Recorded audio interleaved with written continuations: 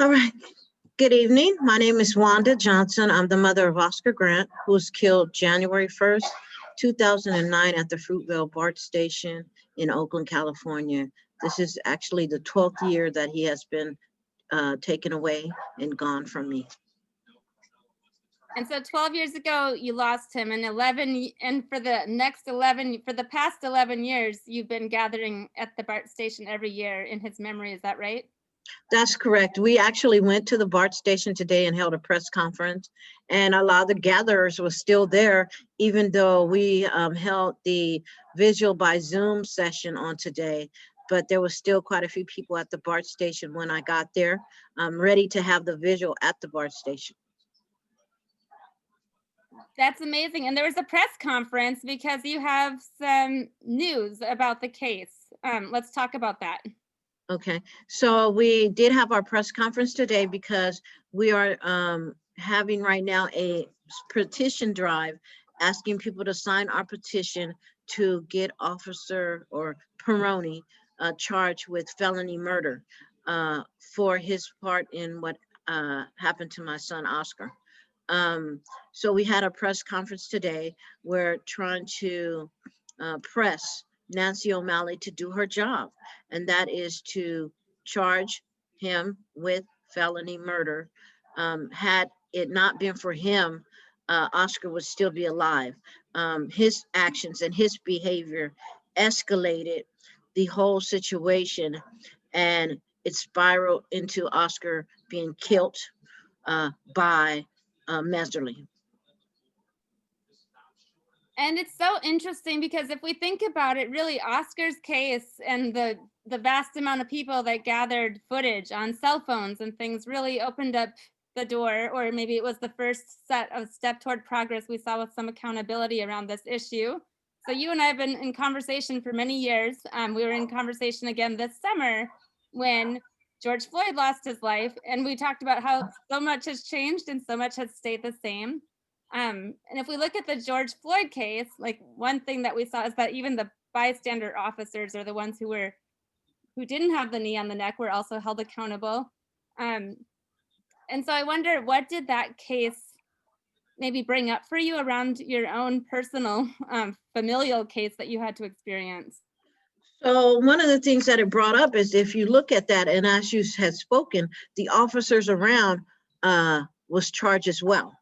Now, we know for a fact that Peroni committed 7 felonies against Oscar. Number one, he pushed and bashed Oscar's head against the wall when Oscar was sitting down. Number two, he kneed Oscar. You see him with his knee on Oscar's neck, Oscar telling him he can't breathe, but yet he's still putting the pressure on his neck. And if you look at the George Floyd's killing, you will see that same tactics was used on Oscar. And so we know that he used racial epithets against Oscar. We know that not only did he shove Oscar's head against the wall, we know that he fractured some bones in Oscar's face. All this is in the report that was basically sealed, but now coming to light now. So he should have been charged in the very beginning. All we're saying, and we want the district attorney to do her job, and that is charge him. They may talk about statute of limitations. In felony murder, there is no statute of limitations. So we must understand that. Many people will try to say that the statute of limitations has passed, but in felony murder, there is not a statute of limitations. And can you talk more about why the portion of Oscar's case that involved this officer why was that portion sealed, and why was he not held accountable to begin with? So from the very beginning, they had said they wanted to try to use him as a witness. So they weren't going to charge him. They would charge him at a later date. And so when they tried to use him as a witness, he became a hostile witness against the state. So the district attorney did not get anything that he needed from him that he had thought he would get from him during the trial. which could have probably caused Messerly to serve more time than what he did. And so we went back to the district attorney and asked when they were going to charge him. And because they said that the district attorney, the funding had ran out because they used so much funds going back and forth to LA for Messerly's trial. And so they weren't going to charge him. They didn't have the funding. And so we held a press conference in October requesting that she charge him. And during that press conference, she put out a news report that she would be charging, or she would be opening up the case and have a team of people opening up the case. That's in October. That was done. We're now in January, and we're still waiting for them to, the district attorney's office, to decide what they're going to do, to decide if they're going to charge him, or if they're decided that, oh no, we don't have nothing, so we can't charge him. We're still waiting for some word. And all we're asking the district attorney to do is do her job. You can see in the video clearly that the use of force by that police officer was unnecessary, and that he should have been reprimanded, fired, sent to jail, and charged, just like Messerly, but he wasn't. And so looking at George Floyd's case, those officers was just standing there and they were charged. Now, Peroni took a greater action in what happened with Oscar. He held Oscar down when Messerly stood up and fired the fatal shot that killed Oscar. Or maybe that may not have killed Oscar. Messerly could have killed Oscar by the way he had Oscar pinned to the ground, by his knee being in Oscar's neck and Oscar telling him he couldn't breathe, by cutting off Oscar's windpipe so he could not breathe. And so we're just Wanda, saying that. sorry, just a quick clarifying question. You said Messerly had the knee to the ground, but you meant the other officer, right? Yes, I meant Peroni had the knee to the ground, yes.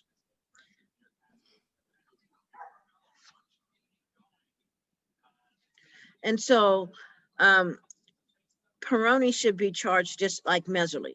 You know, again, you look at George Floyd's case, you can see that the officer standing around was charged, and Peroni took a great part in this. He actually instigated the entire thing that led up to Oscar being killed. He put all this in motion by running to the platform with his taser out, cussing, telling people to get off the effing train, you know, grabbing one of Oscar's friends, doing a takedown move, hitting Oscar, bashing his head against the wall, you know, with his knee on Oscar's neck, forcing his face into the concrete. All of those things are grounds for you and I to go to jail on, using racial epithets. They will label us as a hate crime, right? So they should do this, make the same thing that they would bring against me or you for using racial epithets against a person, considering it a hate crime. Those same things should be used against Peroni. And it sounds like it goes far beyond that. And like you said, it sounds like the opposite of de-escalation. And I'm even curious, given these actions that you've described, they sound very hostile. And the video we've all seen, I mean, many people have seen, it's always hard to watch. And yet I think it's important that people watch so they can be aware, but it's hard to see which officer is which. I'm curious why the district attorney would have even assumed that this would have been a good witness to have on their side. Do you wish that they hadn't used him in that way? Well, they didn't get anything from him what they was hoping to get from him. What they should have did is charged him from the very beginning because of all the felonies that he did commit, and charge Messerly as well. He should have not been able to get a walk away and just be a free man, because his actions led up to what caused my son to be killed. And where is this officer currently? Is he still working? We don't know where he's working at. He could be working for a police force. He's not barred from the police force. You know, he just left the BART police force. And so he could be anywhere, being that's a police officer again. And we, you know, have to work as citizens to end that, to not allow police officers, when they're fired from one police station, to not be able to go to another police force and work. And right now, the way our system is set up, they often do that all the time. They kill somebody over in one city and they move to another city and still do the same work, which is unacceptable. It should be scanned. They should be scanned. And if they have prior killings, they should not be allowed back on the police force. Yeah. Yeah, there's still so much work to be done. And I'm wondering, just kind of reflecting back on everything we've learned about Oscar's case and, you know, all the times we've spoken over the years, and then thinking about this summer where, you know, the officers were simply present and didn't intervene. Are you hopeful that I didn't smell it. that going forward, we're going to move more into this direction where all the officers present will get shared accountability? Because clearly, like you said, it doesn't seem right that one should be held accountable and one should get a free pass and possibly just transferred. Well, you know, especially when, you know, an officer, you could clearly see his involvement in Oscar's death. And he definitely should have been charged. And any officer that's with their fellow officer and they see their officer using excessive force, they have a duty, they have an obligation to try to de-escalate the situation. But oftentimes, the picture that I always remember of the, it shows a picture of a police officer, and they have their hands over their eyes, and then their hands over their ears, and their hands over their mouth. I'm reminded of that, how they pretend like they don't see it. And then when it's time to talk about it, they don't know what happened and they didn't hear anything. Case in point, in Oscar's case, when Oscar was shot, one of the officers said, "Oh, I thought it was a firecracker. I didn't even hear anything." And they were right there. They're trained to know what guns sound like, you know, so that was a lie. And so again, and oh, I didn't see that. He did a rookie move. Again, making an excuse for their partners when they know that their partners was in the wrong is unacceptable. So they should be held as accountable as their partners. Okay, and so for the petition, talk about what you're trying to accomplish with the petition. I know you have a big goal, which I believe you'll accomplish, but talk about what it looks like and where people can find it and how they can participate by signing. So we have the petition is on Facebook, is on different organizations, their web pages, grassroots web pages. So you can, what we want to do is, by this week, we wanted to collect 100,000 signatures. We know that we could get more than 100,000 signatures. We just wanted to try to get it in by today. I'm not sure what number we're at right now, but we're asking people to get on Facebook and sign the petition. Or if you see it on Instagram, it's on Instagram, it's on Twitter, it's on all the accounts. Get on and sign the petition, because we want that officer to be held accountable for his action. And not only that, but doing that will help set a precedent all across the state, saying that we're not going to accept these officers' involvement in killing our people and nothing's happening to them. And so from signing this petition, you're joining and you're saying that this is unacceptable behavior out of this officer, and we want this type of behavior to stop. And so you can go onto the Facebook, the Oscar Grant page, and sign the petition. You can also go to my web page, my Facebook page. So we have it plastered all over Facebook right now. Okay, thank you. So, and I will attach this video and put a link for it as well so people can tune in there.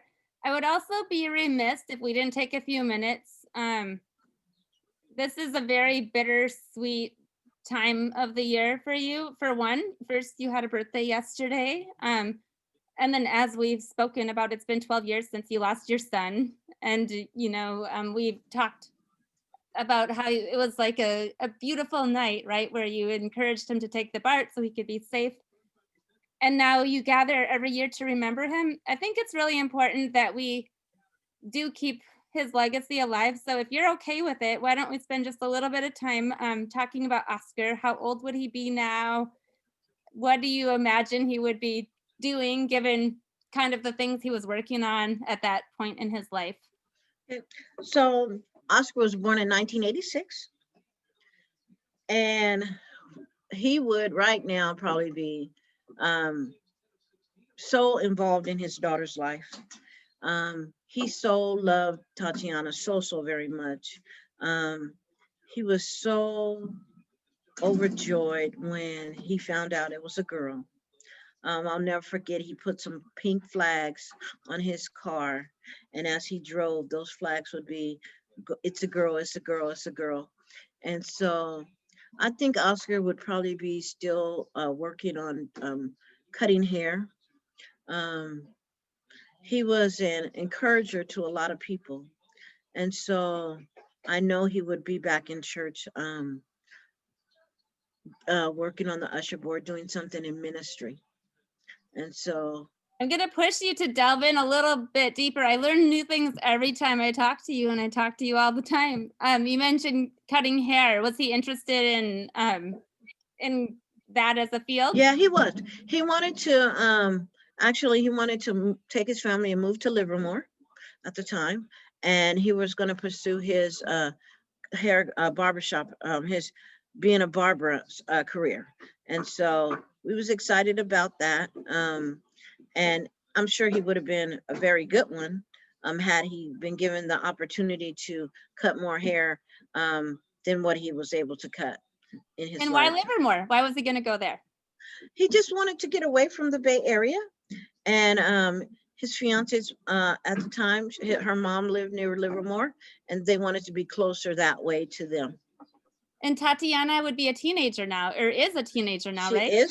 Actually, she is an adult now. She has a baby. She has the baby's almost a month old now. Okay. It's a little boy. Now you're a grandmother. Great grandmother. Oh, look at that's great. Thank you for catching a great grandmother. Look at you. Okay. So yeah, so she's doing well though. Gonna finish school, and hopefully she'll go to college. So we're expecting still great things from Tatiana. So is she 18 as of now? No, she's not 18. Okay. She's 16, yeah. Okay. Well, I was trying to, so she was, how old was she when she lost her dad? 4. 4, okay. I was just trying to do the math I was thinking she was 5 at that time. So she's growing up, and she's already starting, she's made you into a great grandmother. Yes. Yes. Okay. And you've spoken about, like, after you lost your son, you took some time to grieve, and then you really found your voice and have amplified it, and you've talked about doing your ministry in Oscar's name. Is that still how you feel? Absolutely. Every day I work at it, and one day it'll be full time. And it is actually full time, but I'll be able to really focus on it 100% without going to my day job, even though I love my day job, but I'll be able to do that 100%.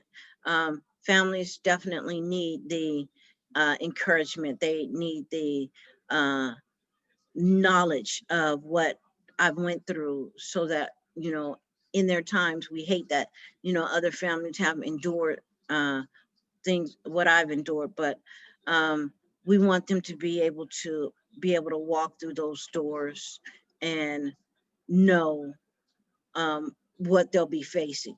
And so I definitely still do ministry each and every day, trying to encourage somebody, as I go throughout my journey in the day. And I'm gonna call you out on something that I think is really cool.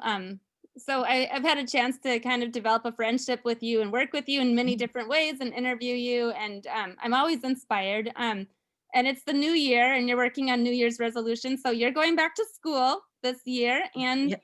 you are also working on a huge wellness project. Would you be willing to talk about those things before I let you go? Sure. I mean, man, 2021 for me is just going to be great. I was just thinking at last night, thinking about 2021. What am I going to do different than I did in 2020? Well, one of the things I'm going to do is I am going back to school in January. I'm just going to first start out really slow, get a certificate in nonprofit management. So I'm excited about that, to help further and give me ideas how to grow the foundation even more. Because our goal is to one day have a building, and maybe we're going to do that in 2021. We're looking forward to, expanding, um, growing our youth program, and for me to spend a lot more time developing and working in our programs to grow our youth program, having some kind of girls mentorship program as well, to be able to mentor young women. And so I'm looking forward to this year, with going to school. I have a special project that I'm not going to really talk about. Hopefully next year, it'll be known, but just doing several different things, been working on a documentary for the last 5 years. So hopefully that'll come out as well, maybe next year. And so I'm just doing a lot of different projects this year. In 2021 has been great. The last part of 2020, I was in a women's group called Walk It Off Girl. And you're supposed to walk the weight of the world off, as well as your mental weight that you may be carrying, whether you be carrying, hurt from past relationships, or depression because your marriage didn't work, or because you lost a job, or you haven't identified who you are. And so this program has really helped me, in the sense that um, you're walking, you're exercising your mind and your spirit and your soul. You're doing all that to better who you are. And so I had joined the program for, the first was 100 days, and then 150 days. And now we're having a 30-day program that I'm a part of as well. And so since I've joined, I think I've lost about 40 pounds. I think that my skin has gotten more radiant.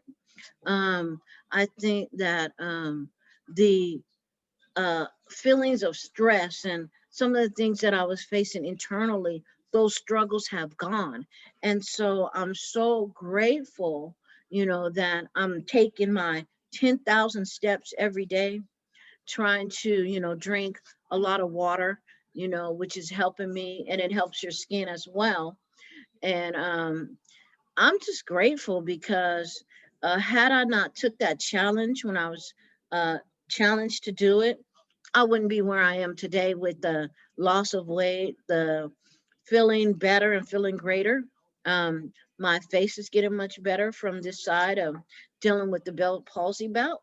And so I'm just looking forward to 2021, just being a great year, a great successful year for the foundation, where we grow tremendously, and we become a greater impact to our communities that we serve. Thank you for sharing that. And I mean, I think it takes something like 21 days to form a habit. And so if you're in 100 plus days of this, it sounds like it'll be a lifestyle change for you, Mhm. right?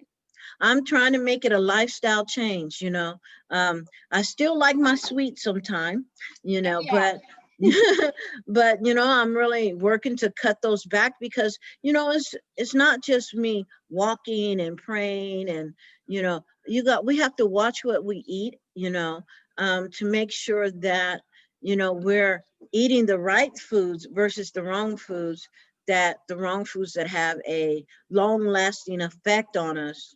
And so working to not drink the soda like I once drunk soda, you know, almost every day. Even I, you know, cut down on coffee and when I was going to Starbucks every day. So that helped me not only cut down on the caffeine that was coming into my body, but it also helped me cut down on the money that I Funny. was spending Yes. because every time I was going to Starbucks, I would be spending between $8 and $10. Okay. Because not only did I have to have a cup of coffee, but a lot of times I had to have some kind of Danish or some kind of sandwich. And Something to it's go with easily, exactly.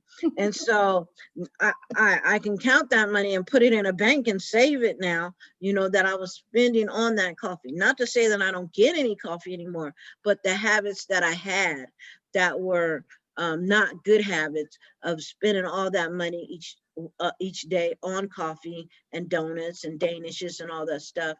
Um, I choose now to make a decision to say, Wanda, you don't need that, and feel okay with it, because oftentimes we as a people hate to say no, and that's everybody. We don't like to say no, but it's okay to say no. And we even have to say no to ourselves, you know, if we're going to grow in this life. And so, you know, one of my words for 2021, if I can't do it, I can't do it. So my words are going to be no. I love it. And before I go, I guess the reason I wanted to talk to you about that is not only because I think it's inspiring, especially at this time of the year when everybody's thinking about like their New Year's resolution, but also we've had the global health pandemic and we've talked about this racial epidemic that's really come to the surface this year. It's been going on a long time, but Mhm. this year there's some mobilization, or sorry, this past year. And the other thing that you and I both know is that people who do social justice work, we sometimes are much more involved in caring for everybody else than caring for ourselves. So, what message would you like to offer other people about self care or whatever you've learned on your journey in this past year specifically? So for self-care, we first, in order for us to be able to take care of anyone else, we have to take care of ourselves first. Because if we're sick from trying to take care of the world, we're not going to be no good to anyone. So we have to ensure that we're getting the proper rest, we're eating properly, we're getting the proper exercise, and we're properly working our brains by reading a book, by reading the Bible, by meditation. Um, all of that plays an important part in our journey to be the social justice people that we are, because you have a lot of people leaning on you for different things. And if you're not equipped mentally, physically, emotionally, spiritually, then it could become a very weight on your shoulder. And instead of releasing the things that you have received in, you hold it in and you begin to carry it on your shoulder and it weighs you down. So it's important that our minds, our bodies, our spirits, our soul are in alignment with each other, and that we also take that time each and every day, just even if you just sit in a chair, close your eyes, reflect on the day, do a breathing exercise, and just meditate to get that refuel of your own self. Because when you begin to do that, you know, you'll see that you have the more energy, you'll see that you have the more peace in your mind, and then you're able to help others as they go through different things in this life. Thank you so much, Wanda. That's a perfect note to add on. I want to tell you Happy New Year and belated happy birthday. I can't wait to see what 2021 is going to bring you. I can't wait either. I'm just excited about it. And happy New Year's to you too and your family. And it's so just great to be able to thank you for interviewing me today. You could have chose to interview somebody else, but you chose me. So I'm so elated and grateful that I had an opportunity to be interviewed by you on today. Thank you, Wanda. You're welcome.